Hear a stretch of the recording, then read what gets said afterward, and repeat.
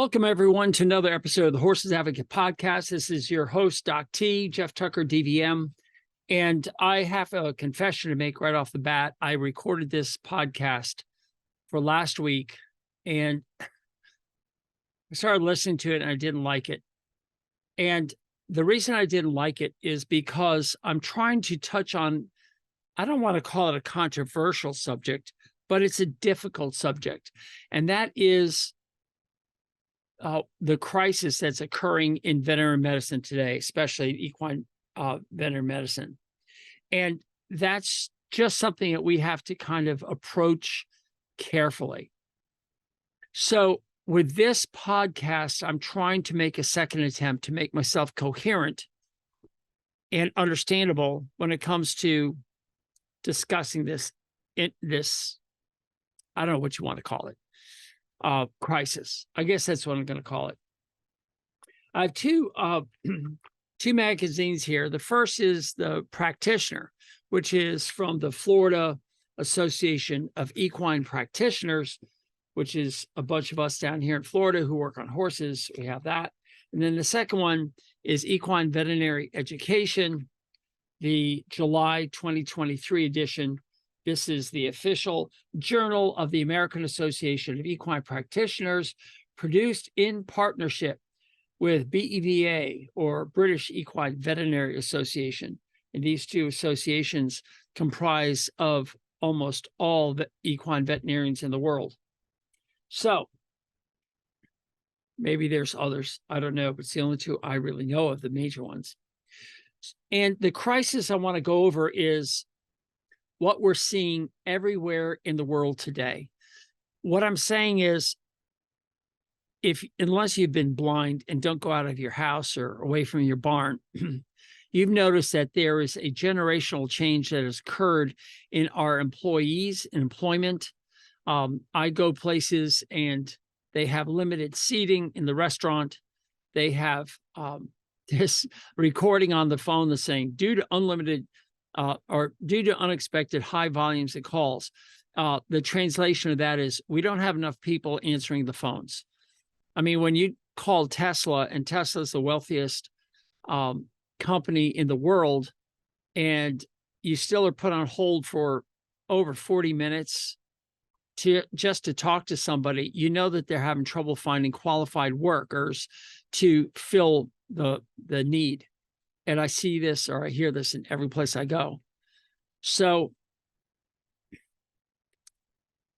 horses aren't computerized. Last time I looked, they're still living, breathing individuals with wants, needs, and desires, requiring veterinarians to put their hands on them, their eyes, their ears, their nose, smelling. Everything about the horse still requires a veterinarian to work on them. Unfortunately, and I've said this about 1 billion times, the horse vets of today don't have the same skill set as far as horsemanship goes versus the old guy who's 80 years old, and old Doc, what's his name? He was just so good with horses, and horses melted in their hands. And I hate to say it, I don't want to bring it up into my attention, my consciousness, but I'm in that category. I can walk up to a horse and with little or no effort now, ask the horse to open his mouth and let me put my hand in, or a hard metal file to start filing the teeth. And this is commonly done in horses I've never seen before. And they're a little bit skeptical, but they basically say, okay, because I set up a conversation. And a week or two ago, I had two students, actually one student and one returning graduate for her certification. And we discuss this. In fact, the students, whenever they come here, they're blown away. The first day they come here, we go over all the material that's in the course. And then the second day, I just teach them how to approach a horse and get them to accept their hand inside the mouth to feel every tooth, and to feel the cheeks and the gums to identify pathology. And it's a giant step in confidence from, I'm not going to stick my hand in a horse's mouth, what are you, nuts, to, wow, I can do this and I can feel almost every tooth. And the growth these people have in the matter of the first day is beyond words. And then when I move them to the second day of practical training, or the third day actually of training, second day of actually being with horses, I ask them to step up with a float instrument and start floating the horse. And the horse has just met me, or maybe knows me, and says, okay, I know what this is all about. And then the rookie steps up. And some of these horses are patient. Others just say, oh, no way. We want the old timer in here. No, get out. And the exercise turns out to be all about the student finding out who they are. So it has nothing to do with floating teeth. Any idiot, sorry, including myself, can float teeth. You just rasp the file over the sharp edges, everything's fine.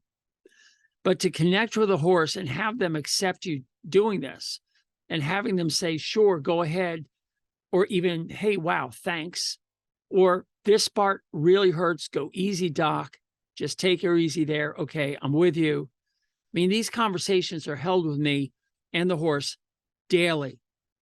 Every horse I see, it's a conversation that starts and is very thorough. And I have to listen and I have to understand what they're trying to say. And for me, it's everything in veterinary medicine. I mean, anybody can inject, draw blood, diagnose, do a rectal exam, pass a stomach tube.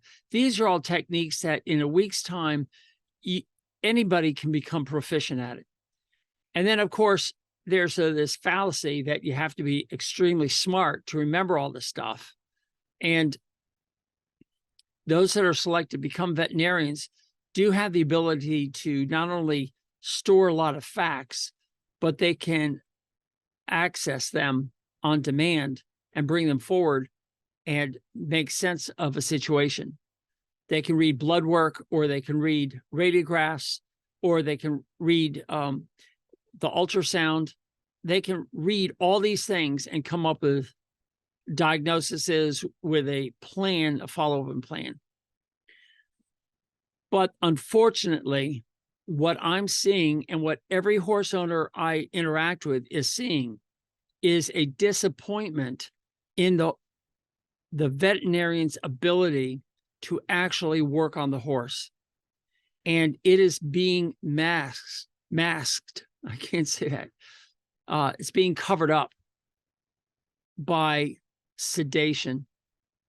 And every horse that is seen by veterinarians and dentists and people who are working on horses, they immediately medicate the horse, usually sedation, maybe sedation, tranquilization, maybe adding some painkillers. They automatically do it, and they erase the horse from the equation of healing.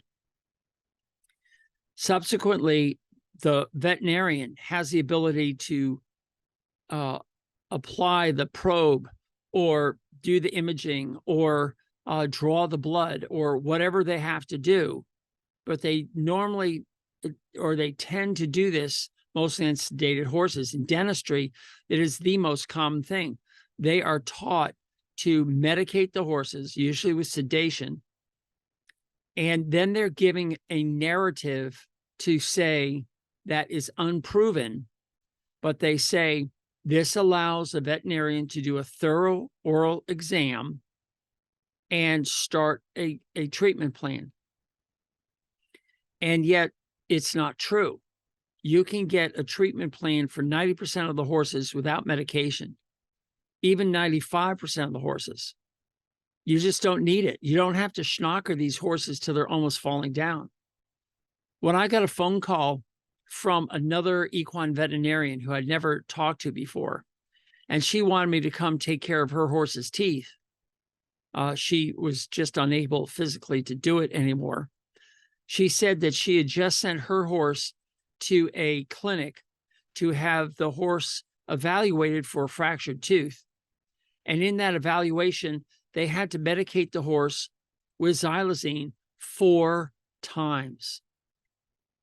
And the horse would come out of it and fight, and they kept knockering this horse. And after 4, they were able to get the fractured tooth piece out. And then the horse met his demise because he started a colic and he got laminitis. And you can argue, well, he was probably prone to laminitis before this happened. But you take a horse and you put him through a stressful situation, such as 4 doses of Rompum. So he's fighting the whole way in extreme pain. And this horse developed laminitis, and he's no longer on this planet. And that is unconscionable. And I just had, in the week that the students were there, 3 horses with fractured teeth. Let's make this 4 with a week before that. That one was in a mule.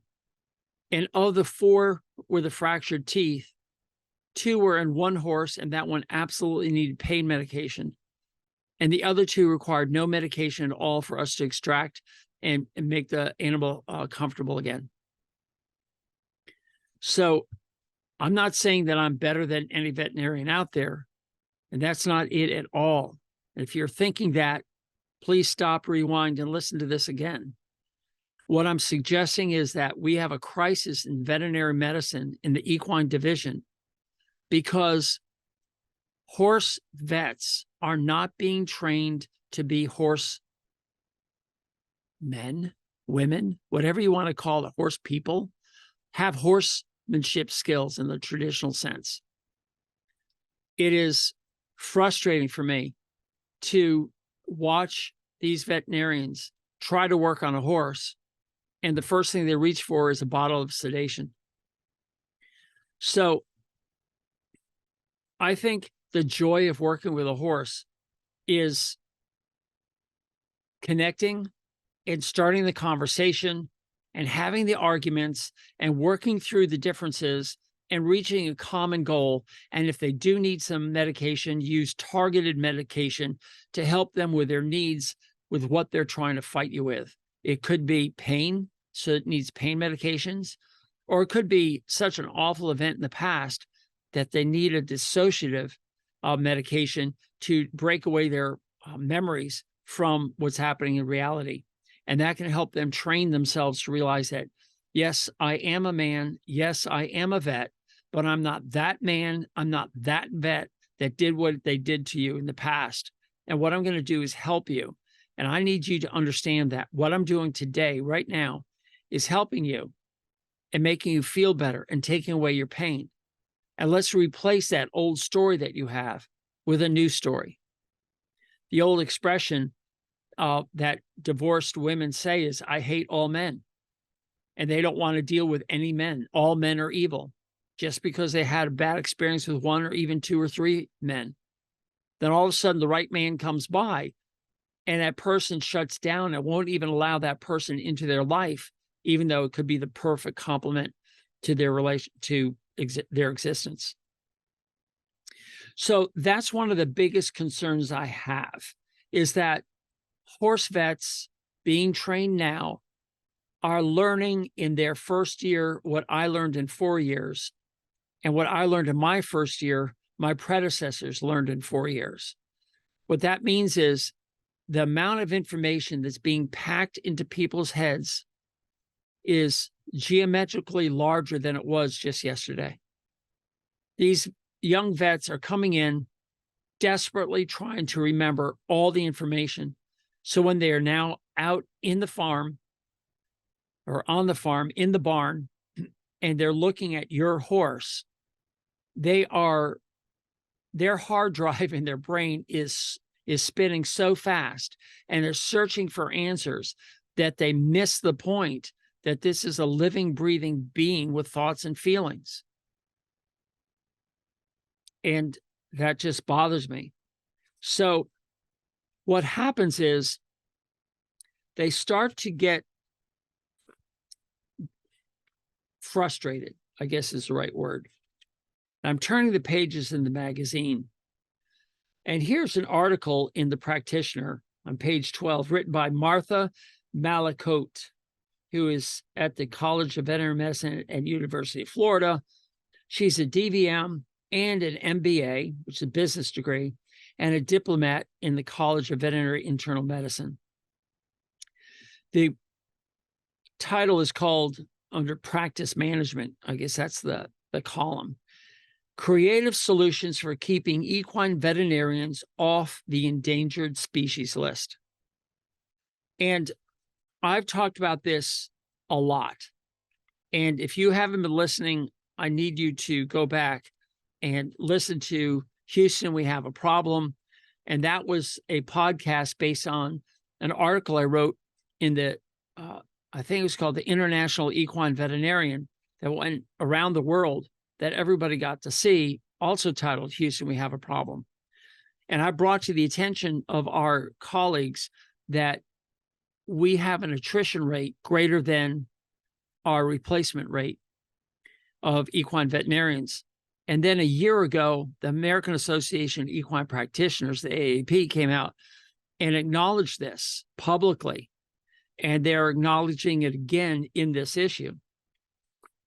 But in this article about equine veterinarians off the endangered, keeping them off the endangered species list, the first paragraph says, there is no denying that the equine veterinary profession is at an inflection point, and creative solutions will be required to ensure that veterinary care continues to be available to horses across the United States. The AAEP has taken this concern seriously and established efforts to both better recognize the causes for practitioners leaving equine practice and identifying solutions that can improve interest and retention. As this work continues, we can start to apply the findings of their research to individual practices in need. I'm going to switch over to Equine Veterinary Education magazine just briefly. And their tagline now for their annual meeting is Transforming Equine Practice. And I'll be getting into an article they have up front called A Success Story, Shorter Work Week, Salary Boost Spark Hiring Spree at a Venerable Practice. I'll get into that in a second. But here they talk about some of the solutions that they can do as veterinary practices. And, you know, they want to reduce the on-call burdens. Well, what are we doing here at the Horses Advocate? We're on the forefront of reducing on-call burdens because we're trying to help our horses thrive in a human world, right? We're teaching them how to eat properly so they don't become sick. In my podcast a couple of weeks ago, I said, get your horse's house in order. This is all about getting your horse healthy so you don't have to call the vet because they're not colicking, or they have skin problems, or they're unthrifty, or whatever you want to call it. They're not fracturing their teeth or losing their front teeth. They're not getting muscle loss leading to spinous process overlap and DSL, and then also suspensories and getting DSLD or drop fetlocks. If we could prevent all of these things, there'd be a reduced on-call burden right there. But nobody's addressing that from the veterinary profession. They're all just saying, continue doing what you're doing to get your horses sick, and we'll come out and take care of you. Oh, but we might not. I mean, we might not even be around in 5 to 10 years, and you're going to be on your own. And while nobody's willing to say that, I'm saying it. Several other vets in private communication are also saying that maybe in 10 years, you won't have any choices. I mean, you'll have to live in Wellington or some very dense horse population, Wellington being down here in Palm Beach, Florida, where there are 4, 5, 6 equine clinics all tripping over each other because there's so many horse farms here with people who can afford high price vet care. And you move out into the country, into the rural areas, and you have people with horses that can't find a vet, or if they do find a vet, they're not willing to work on their horse very well. They're not horsemen. They are frustrated. They're overworked. They're tired. And they take it out on your horse, and then they quit. And I'll tell you why they quit pretty soon. I'll quote this one spot. Uh, DVMs, veterinarians leaving equine practice, have reported that some practices are not supportive of their need for a life beyond work and have expectations of excessive workload since, quote, that's the way we've always done it, close quote. Many experienced equine doctors were trained and have worked in environments that expected a 24/7 devotion to the practice. This is not a healthy approach to work, and younger practitioners recognize the fact. More experienced doctors can themselves benefit from the perspectives brought to practice by newer DVM graduates and use this perspective to improve the quality of practice life for all staff. Okay. We all understand that we want a 5-day work week. I mean, they've been talking about a 40-hour work week since I've been a child. And they all thought that with washing machines and kitchen appliances, we would get a 30-hour work week and we'd be sitting around doing nothing all of our lives and enjoying it. And obviously, that's not the case. Just look out on the interstate at any given hour, and they're packed with people hustling to go someplace, usually to work. But I want you to look at the math equation in here. And I know many of you didn't see the math equation, so let me bring it to you. They're saying that there's 24 hours in a day, 7 days a week. Okay, there's our pie, if you will. If you have one veterinarian covering one area, they have to be on call 24/7. For them not to be on call 24/7, they have to do one of two things. One, they hire a veterinarian in a neighboring practice to cover their service area. Of course, there is so much insecurity in veterinarians because they themselves don't feel secure about what they're doing and how they're handling the practice. They might even think that what they're doing might not be ethical as they overpad bills and prescribe more work than needs to be done. And I know that sounds so accusatory, like everyone's doing it. I'm not saying that. What I'm saying is there is a possibility that people can do more work than's necessary to make sure that their bills get paid. And if they lose one client to a neighboring practice, that is just dollars out the window. It's not Mrs. So-and-so or the horse named, Buck. It is dollars out the window, period. And veterinarians are very, very scared of that. All right. There are some veterinarians who are setting up practices that just do emergency work, and they will contract with people and say, look, I'll cover all your emergency calls. If you got to go away for a week or just whatever, I will do nothing but emergencies. If somebody calls up for routine work or something that can be delayed, I will postpone that till when you come back. I will not do anything but what we all consider as an emergency. We have one of those vets right here in Palm City, and I think that's really good. But now let's look at another alternative. Let's hire a second veterinarian. So now we have a possibility of 12 hours on, 12 hours off. Well, for most horse owners, the 12 hours on is where all the routine work gets done. And the 12 hours off is when all the emergencies come in.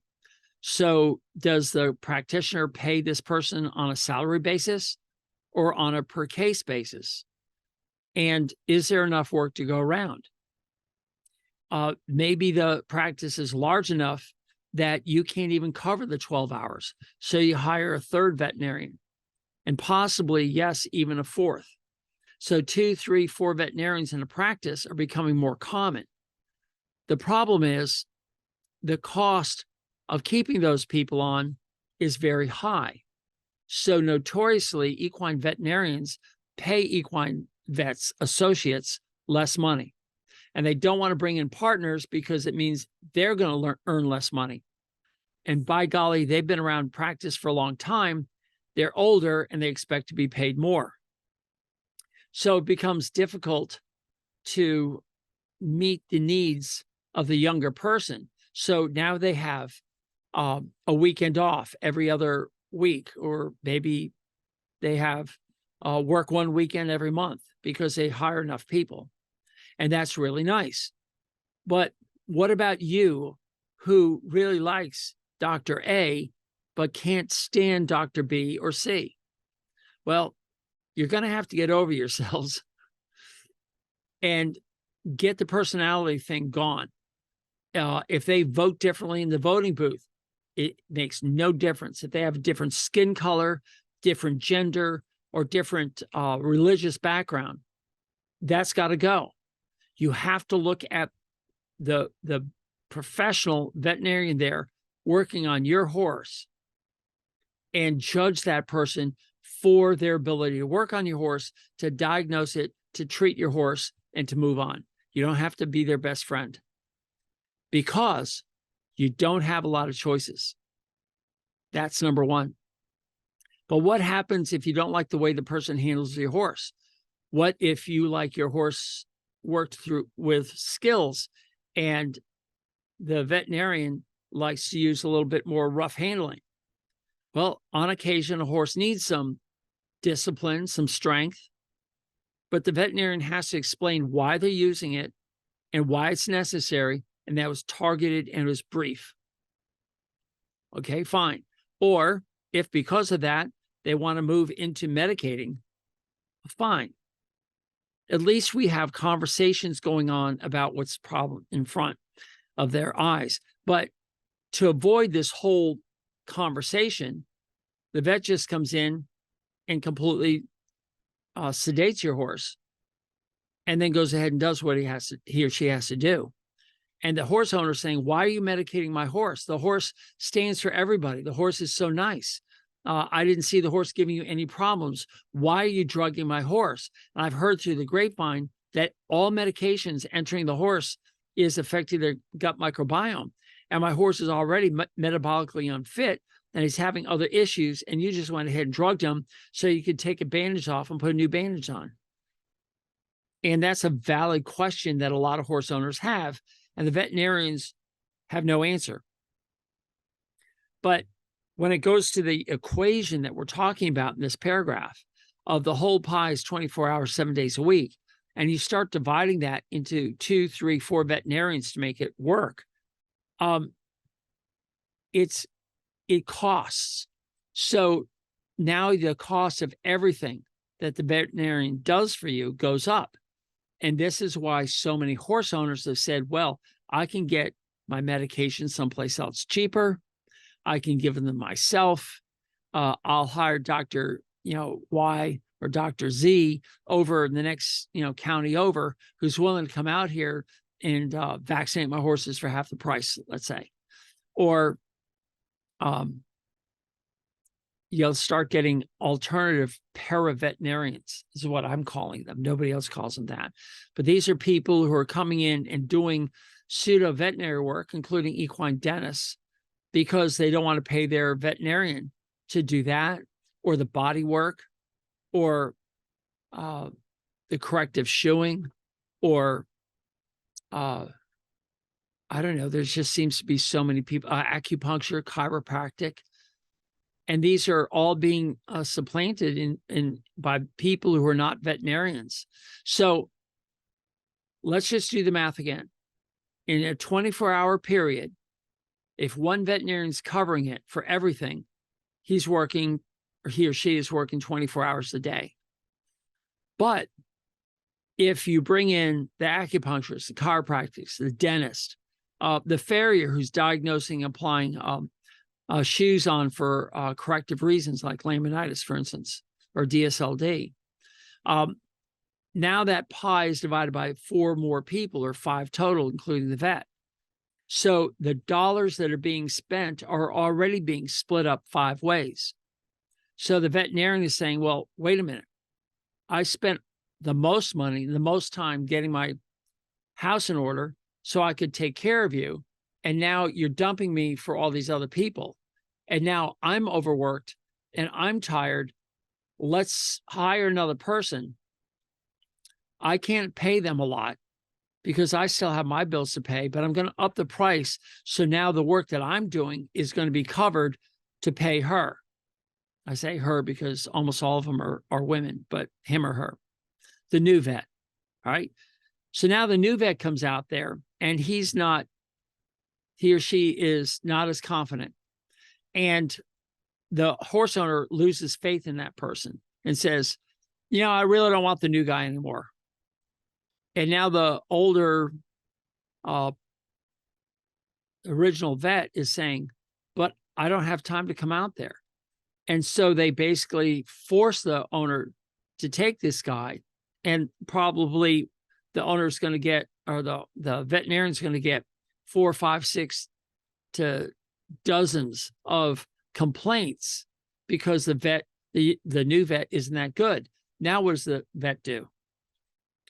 So it just gets mired up in so many factors. It's just not simple. If every vet came out and had all the skills to work with horses, had all the knowledge, and had great communication skills with every horse owner out there and with every horse, then this wouldn't be a problem. This whole thing wouldn't be a problem. But it is a problem. And I'm flipping the pages to a section called Professional Development. And Jillian Sinclair, marketing specialist for the Florida Veterinary Medical Association, writes an article called Mentorship in Veterinary Medicine. And she's suggesting that there needs to be more mentors. Well, the older employer is the mentor. But if the older employer says, okay, here's your list of calls, go. Well, there's nobody mentoring. So the person's out on their own and they're fighting for their life. I fought for my life. I was out there alone. Nobody helped me. I kept running back to Cornell and asking for help from my colleagues, from radiologists. I'd throw radiographs up and say, help. But Cornell was 15 minutes, 20 minutes away from my house. And that was relatively easy. And they all seemed to be willing to help.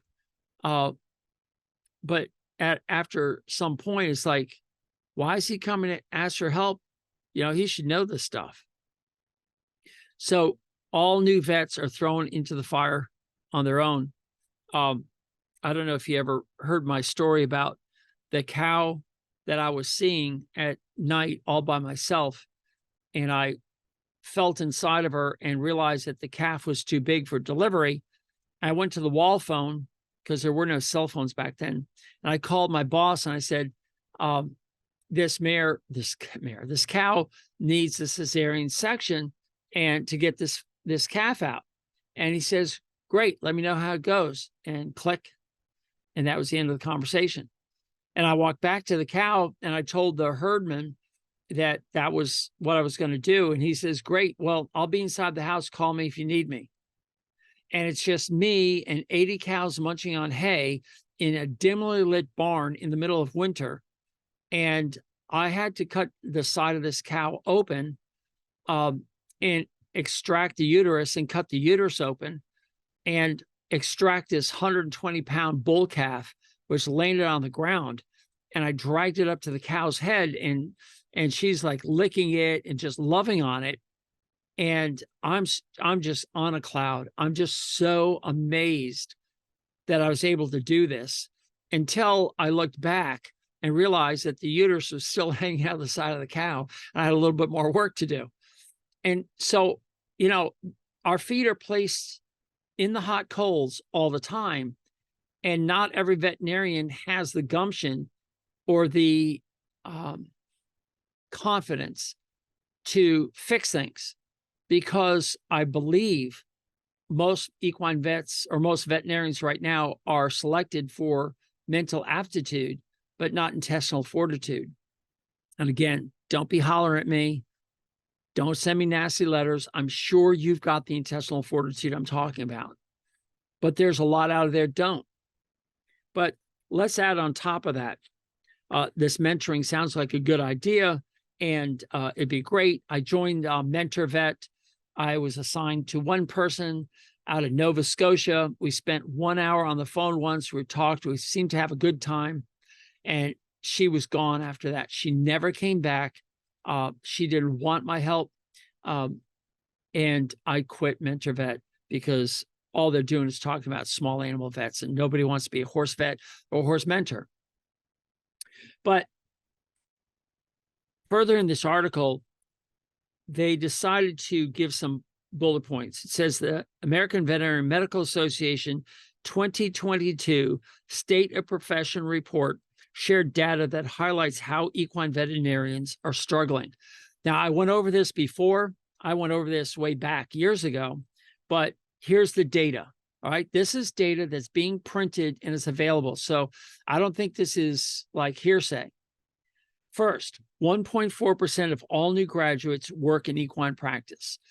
Now, for you guys who don't understand what a percentage is, it basically means that out of every 1,000 graduating veterinarians out of our vet schools, only 14 go into horse practice. Now, you don't have to be a rocket scientist to figure out that you could probably name 14 equine veterinarians that were practicing last year and not practicing this year for whatever reason. They were there and they're gone. And there's probably more leaving than there are coming in. So the pool of equine veterinarians is shrinking, which doesn't help the work-life balance or the struggling guy who's doing 24 hours, 7 days a week. How's that person going to survive? All right. Second, 16% of internship positions were in the equine sector. Internship is not required by law, but when somebody graduates from vet school, they can apply to become an intern either at a veterinary practice or at a university where they can focus on one specific thing, in this case, equine medicine or equine surgery or equine theriogenology. You can really hone down in and spend a year and get paid very little. I mean, I'm talking maybe $15,000 to $20,000 a year, and you struggle. But that's what some people do. In this case, 16 out of every 1,000. So I'm a little confused. If 14 out of every 1,000 go into horse work, that means of the remaining 984, 16 of those are going into internships. But still, it's such a small number. But this next bullet point, I think many of you need to just, put your car on cruise control or just stop and lean on your pitchfork or just listen, because this is the crux of the problem. The average companion animal exclusive practice salary is $103,881. Equine practitioners' average salary is $54,539. So the horse vet who has to travel on these interstates with crazy drivers, who has to travel anywhere from 5 minutes to an hour just to get to your farm, to find out that you've left the horses outside, and so you have to go get them, where there's flies buzzing around, it's hotter than you can imagine, or it's freezing cold and wind is blowing in, or there's rain or snow or ice that's coming down that made the travel hazardous. And yet this vet has shown up at your barn, and he or she is going to do the work that is required and go home and get paid half of what their college buddy is getting in an air-conditioned or heated, fly-free environment with assistants running around doing all the work, and they're in a well-lit room. I mean, and they just had to drive to work. And the client brought their dogs, cats, turtles, hamsters, whatever, to the vet clinic. I mean, it's just a no-brainer. Everyone listening to this says, why would I want to be a horse vet? It makes no sense. You make twice as much money. And I actually said in my article, in my podcast, Houston, We Have a Problem, that you could probably make $60,000 to $80,000 within your first year of learning how to drive an 18-wheeler, a semi, a tractor trailer, whatever you want to call them.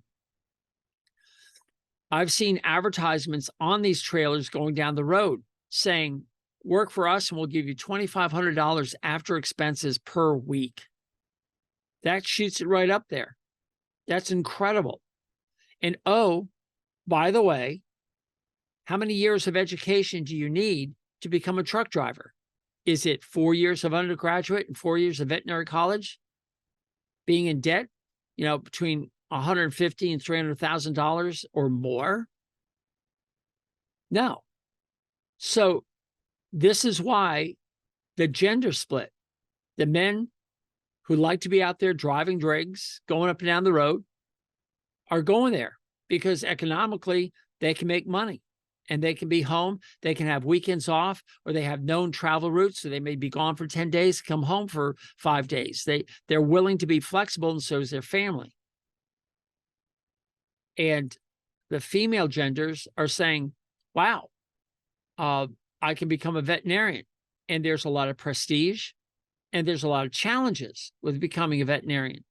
And the women back in 1980, of which of my class of 80 veterinarians, 40 of them were women, they were all coming in saying, yeah, I'll do this. We're just as good as men doing this. Get out of our way. And now, I don't know what the split is, but I bet you dollars about 95% women coming out of veterinary college and 5% becoming men. Becoming men. Are men. Sorry, becoming veterinarians. Only 6.8% of practice owners are equine specific. So of all veterinary practices out there, solos or big groups, there's only 6.8% of them. Here's another one. Equine practitioners work the most hours of all vets with an average of 54.3 hours per week. And like I said earlier, we're all looking for the 40-hour work week, and this work-life balance.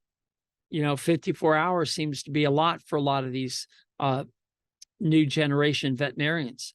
But I'm not too sure if that includes driving.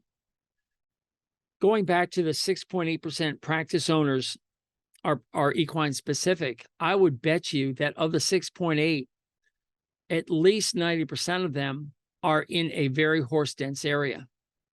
Or it's split between single practice owners and everyone else. And the single practice owners are going to be out in the rural areas. But the major practice, they've got enough horses in their area to support a multi-person practice. And finally, the last bullet point they have is 49% of equine practitioners have considered leaving the veterinary profession. So I understand the word have considered, but I also heard from the AAP that basically said half of all equine vets will be gone in 5 years. That's what they said. So they considered it and then they did it. They said, I'm not going to sit here and work all these hours in harsh environments when I can work less hours, have a support staff, have mentorship right there in the same building, and I get all this twice as much money. And that, my friends, is the crisis that's occurring in veterinary medicine. Here's an article right in here called Equine Dentistry in the State of Florida, Educating Clients on the Legal Medical Aspects Surrounding Equine Dentistry. And I'm not even going to go into it because you've heard me talk about this before. And now let's talk about it in the framework of what we're saying here. The veterinarians in Florida are trying to impress upon owners that the equine veterinarian can do a better job floating teeth and looking for pathology and addressing and resolving that than the non-veterinarian equine dentist. Fine. But I would argue that if you took the number of horses in the state of Florida and divided that by the ever decreasing number of equine vets that are available, and then taking that number and subtracting from that all the veterinarians who work on horses who would say, I would never do any dentistry, typically racetrack veterinarians, sport horse veterinarians, people who have specific niches in the field, surgeons, etc. They're not going to float teeth. So that dwindles the number down to actually how many equine veterinarians there are. And if you divide the number of horses divided by the number of equine veterinarians willing to float teeth, you're going to find that the number per vet is very high. and the vet would never be able to reach them. So you could say, well, of the horses that we're counting, there's probably lots of horses that would never get their teeth done. They just wouldn't. They don't have the money, inclination, they're retired, whatever reason they give. Okay, fine. Let's subtract that out of the total number of horses. And again, divide all these horses that should have dentistry, the race horses, the show horses, the competing horses in any sport. What about those horses? What about the horses that are owned by people who absolutely love their horses and want to do everything right for them? And they've found that equine dentistry really makes a difference in their comfort. Are there enough equine veterinarians there to serve you where you live? Now, you might say down here in South Florida, yeah, there's lots. But as you move away, there may be fewer. But I will guarantee you this, in states that allow non-veterinarians to float teeth, such as Florida, there are more equine dentists out there willing to do the work than there are in states that don't have it. The great example is the state of Washington, where I worked for 6 years. I would fly from Florida all the way out to the state of Washington every other month and spend 2 weeks out there. Now, 2 weeks times 6 is 3 months total of my life every year was spent in the state of Washington taking care of those horses, because the state not only didn't allow non-veterinarians to float teeth, but they also arrested them. But the veterinarians were unwilling to do what I did, which was what I call horsemanship dentistry. So they were unwilling to change to meet the demands of their clients. The client said, I don't want your veterinarian to come out and overdrug or even drug my horse, jack the mouth open, hang the head from the ceiling. And I know you think that it does a better job, but I don't want that. I want just simple horsemanship, hand floating, no drugs. Can you do that? And they had 3 choices: say no, say yes, or say, oh, you shouldn't do that. That's wrong. And guess which one they chose? The last. They went ahead and told everybody how wrong these people are for doing it the way they really want it done. And yet, not one of them, in the 6 years I was out there, not one, well, pardon me, there was one. She's passed away. Sorry, Susan. But of all the rest, they never contacted me and said, hey, I see that you come all the way out here. Obviously, you're doing something that people love. You're making money doing it. I sure would like to learn what you're doing. What can I do to serve my clients better? Not one. Not one veterinarian ever asked me that. They threw me under the bus at every opportunity. They would never say, gosh, you've been doing this for 40 years and 80,000 floats or almost. And people are paying good money to have you come all the way across the country to take care of these horses. What is it about you? But they don't. So I think it also falls, the whole crisis problem falls on the equine veterinarians. Because if they had any sense at all, they would have said, you know what, I'm going to spend whatever time it takes, whatever money it takes to learn what Dr. Tucker's doing, and then emulate that, be mentored by him, learn how to do this with the sole purpose of taking his business away. Fine by me, because I had to leave anyway. And they could have made themselves a huge market if they'd wanted to, but not one ever came forward. And that is typical. Veterinarians don't want to learn. We're just talking about integrative medicine with Dr. Marty from about a month ago, about how he just got into using alternative ways to treat animals and became very successful. And nobody wanted to come out and interview him or find out what he's doing, except one guy out of Los Angeles. He came out with the sole purpose of making sure that he found a reason to have Dr. Marty's license taken away. And lo and behold, he was converted. He says, oh my gosh, I had no idea. And now he's a leading integrative medicine in the state of California. That's because he reached out, even though it was the wrong reason, he still got to figure it out. And veterinarians are not knocking at my door. They do not want to learn this because it's too much work. And that's just so sad. Finally, before I go, I want to turn back to this article in the Equine Veterinary Education Journal called Success Story. And this is all about a practice down here in South Florida at a racetrack called TFB Equine. Stands for Teaglin, Franklin, and Broken, who are veterinarians who've been around longer than me. And they have a huge practice. They have one down here in South Florida. They have one division in New York and one in Maryland. And they decided that they would shift their whole practice to a shorter 5-day work week, which is a bold step, they say here. And they increased the starting salary exceeding $100,000, it says, and continued focus on integrating new associates into a structured environment as valued team members. And they pulled off the largest hiring spree in its 75-plus year history. So I'll quote, we want to make our practice an attractive place to work and to recruit younger members into the practice. We felt like a 5-day work week was an integral part of the equation along with a better salary.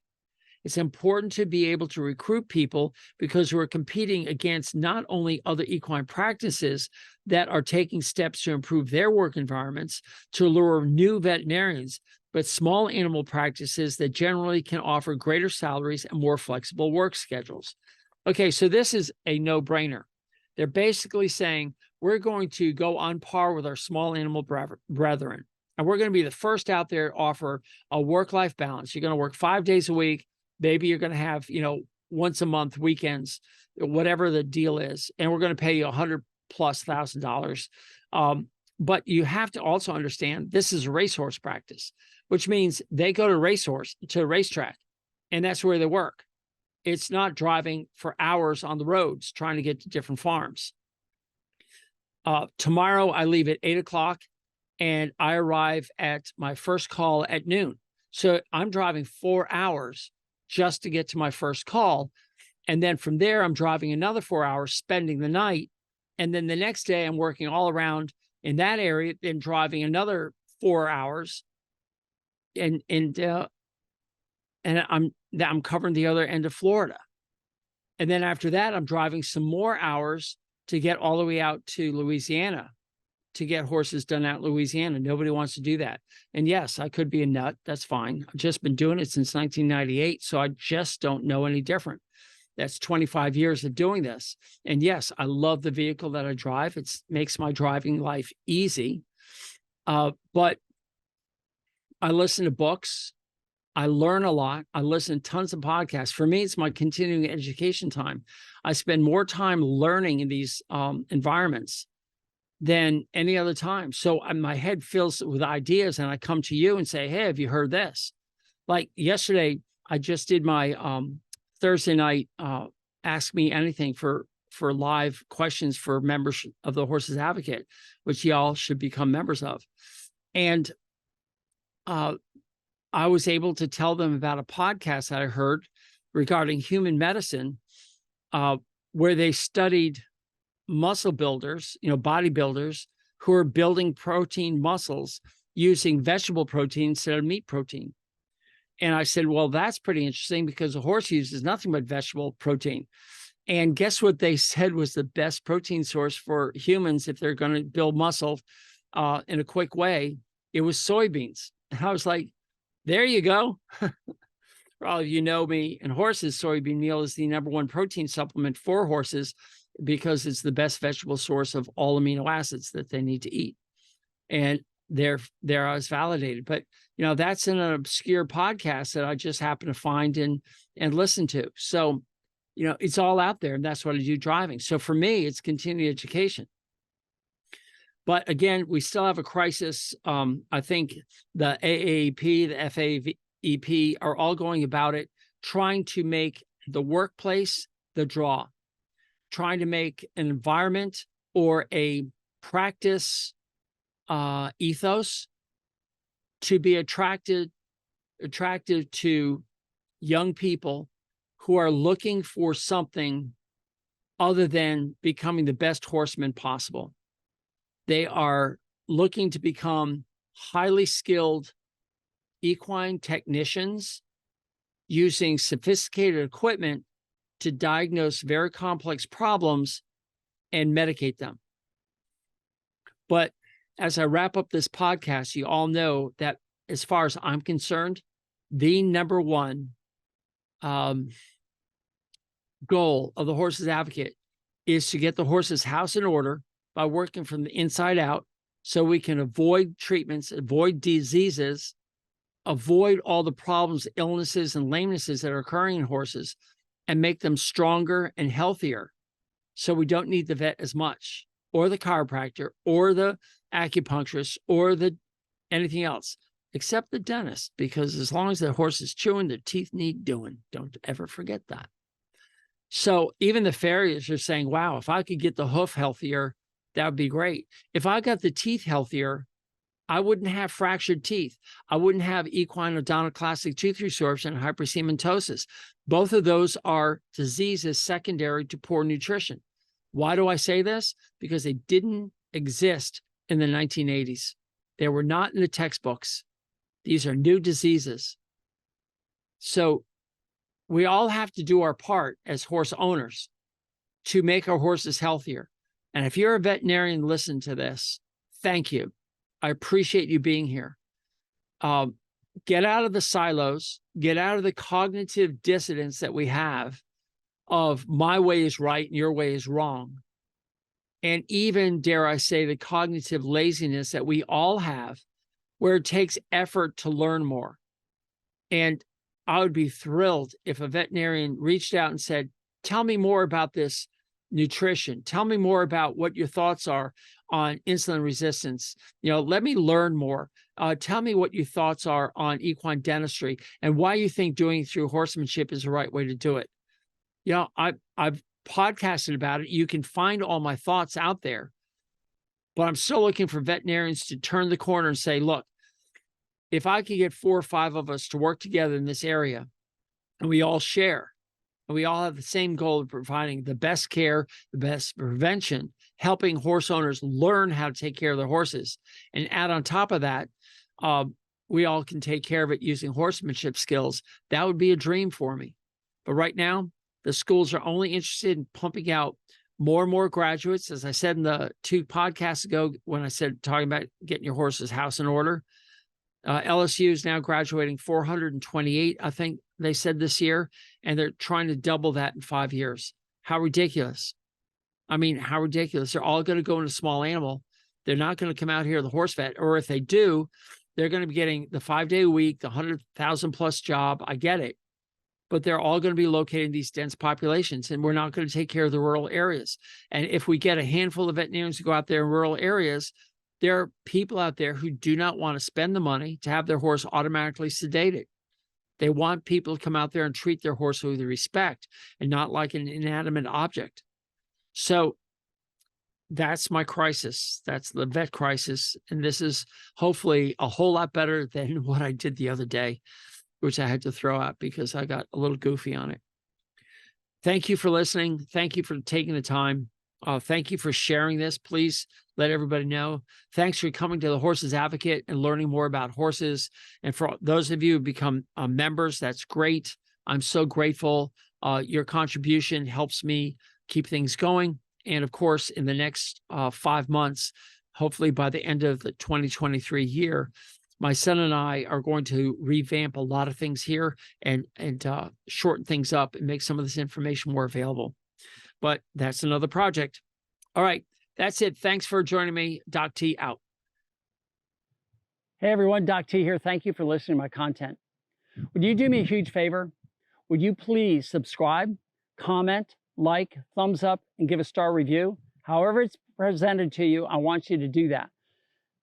There's 2 reasons. The first, of course, is to improve this product. This way I know what you like, what you don't like, what I can improve upon, what topics you want me to cover. But more importantly, it's also going to help others find me. And by doing that, you are now engaged in this mission of helping horses thrive in a human world. By you helping, we can reach others. And that I would be so grateful for. And remember, Go to thehorsesadvocate.com for updates on this information. Thehorsesadvocate.com. And again, thank you so much for being here. Doc T out.